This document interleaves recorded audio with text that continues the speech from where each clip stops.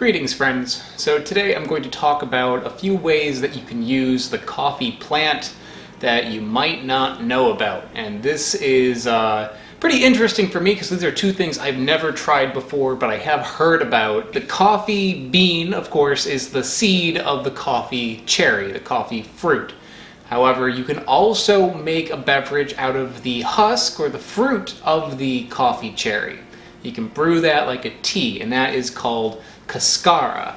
Now here's one that's even less well known than the Cascara tea, coffee leaf tea. Coffee leaves are edible, at least you can infuse them to make a tea, and this is a tea that has been consumed for hundreds of years in Ethiopia. It's called Kuti. I'm going to say Kuti.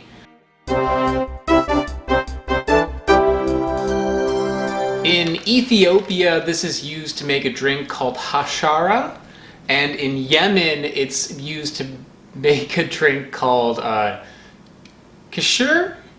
Qishr? I'm going to say Qishr. I'm probably saying it wrong. It's got a Q in it, guys. You got to cut me a break here, okay? Qishr is actually a beverage that usually has this plus spices. So you'll make this with ginger, cardamom, cinnamon, sometimes caraway seeds as well. So you make a drink like that. Some people, they drink it straight. You could also put milk, honey, sugar, things like that in it. So it's a little bit like how you would drink like a masala chai.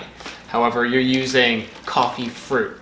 Really excited to try this. Cascara tea is popular because it's a way to use the fruit that usually just gets discarded or composted. So you get something out of it. Actually, in Yemen, this is more popular than coffee itself. Okay, so let's make some of that Cascara tea. I'm going to make this two ways. I'm going to make it just plain on its own. I'm also going to attempt making Qishr by brewing this with spices, so we can try both methods. 1 tablespoon of the husks and add water. So it's been about 10 minutes and that tea looks nice and dark, so I think it's time to give it a try.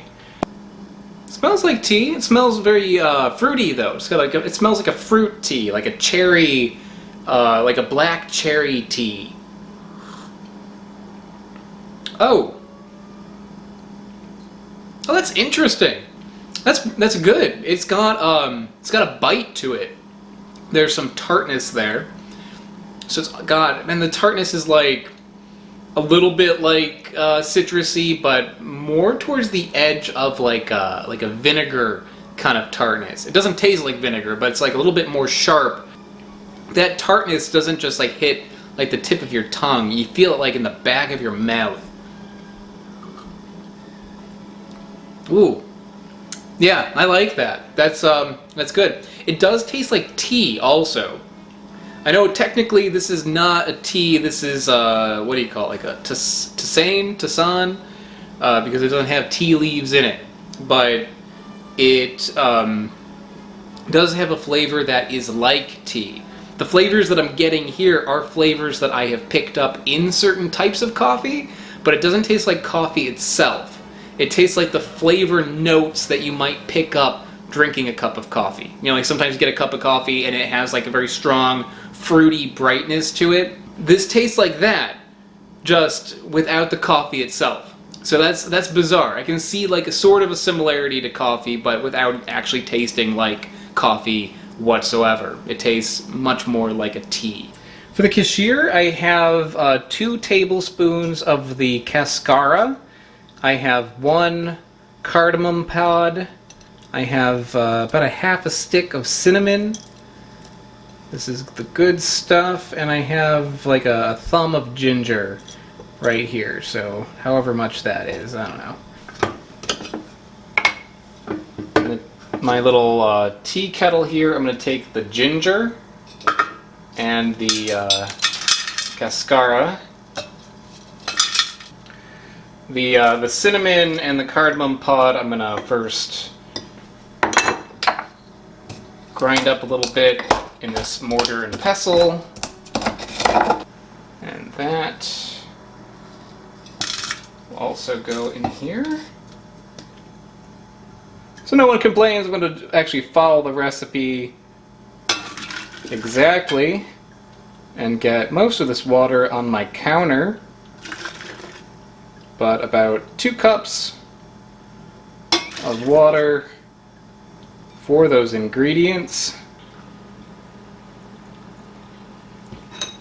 Also has a nice color to it. That's the way to do it. The regular Cascara tea, like plain on its own, is good, but this brings it to a whole new level. Like this has like a nice like mulled cider kind of flavor to it. The cinnamon really pairs well with that. The ginger and the cardamom I'm only getting like a hint of. Definitely the cinnamon is coming out first, but it is a good flavor. I think next time I do this, I might actually put some more ginger in it, just to get a little bit more of those flavors as well. Some cloves in here would be really good too, or some star anise would be really good in this. Yeah, and the same, it's like bright. Like it's not like something that goes down super smooth. It has a little punch to it. Alright, so I'm going to put a little bit of sugar in here. Alright, maybe it's a lot of sugar, and a little bit of half and half. Yeah, that's good. The sugar brings down that sourness a little bit, which I think is a nice touch. The milk does that a little bit also. I think if you're in the mood for more masala chai sort of drink, this would be a good replacement for that. If you're a coffee drinker and you want another type of coffee, this is not the way to go. But if you like tea, and you like fruit teas especially, like this is really nice. And it does have caffeine in it, so it'll give you like a little kick, but it doesn't have as much caffeine as coffee, and I think actually it's less than tea also. So it's a little bit milder, but the flavor is absolutely excellent.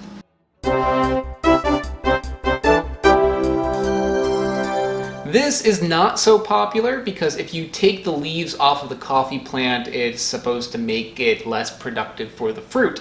And if you don't get the fruit, you don't get the beans, and then you can't make your money. So this isn't so common, but in some parts of the world there are farms where this is what's produced. So they will leave the coffee berries on the tree and collect these instead. The coffee leaves were sent to me by Wanderlust Nursery, so if you're interested in growing plants, check out their website. They've got seeds and live plants and stuff over on their site, so go check it out. Okay, so here are my coffee leaves. I washed and dried them. I'm going to lay them out on a baking sheet. Some of them got a little brown on the edges, so I ripped off the brown parts, but looks like I've got probably enough for like a cup or two of tea. I set this oven here for 200 degrees. Which is not very hot, but just enough to dry them out. So it's going to go in there, and I'll check on them in a while. Crunch these guys up, like so. Now this, on its own, can be brewed, which I will try. I'm going to take some and put it in my little glass here.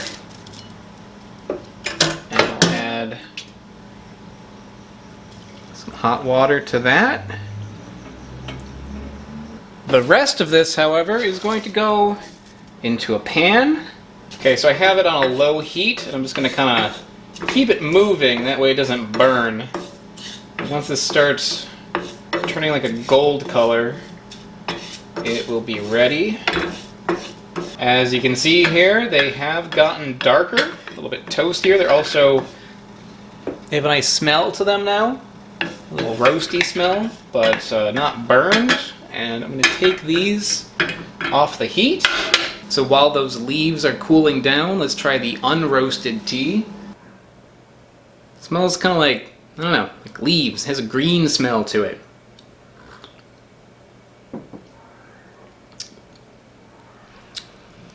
Green beans. 100% taste like green beans. It's like if you took green beans and you boiled them in water and then you strained them out and then you took that water and you drank it. It's maybe not a bad thing if you like green beans, but for me, I don't like green beans. I'm not a really big fan of this. So let's try it roasted. Hopefully that gets rid of that flavor. Okay.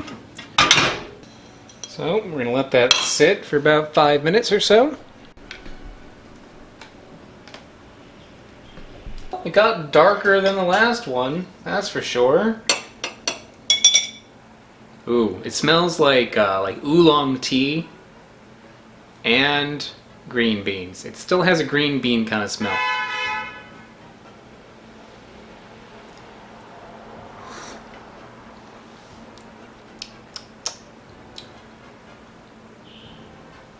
It's not bad.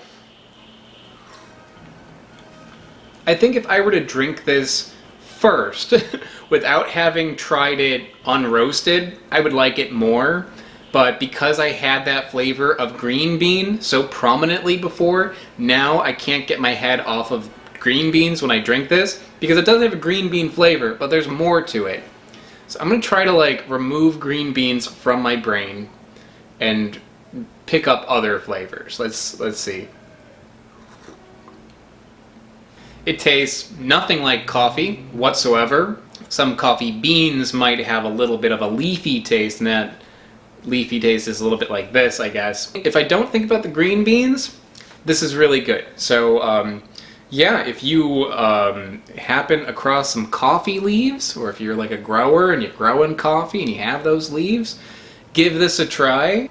Coffee, seeds, leaves, and fruit can all be used to make a beverage, and they all taste very different from each other. So very interesting to try this. Thanks again to Wanderlust Nursery for sending me these coffee leaves. This is a really cool thing to try, so thank you. So yeah, I think that's about it.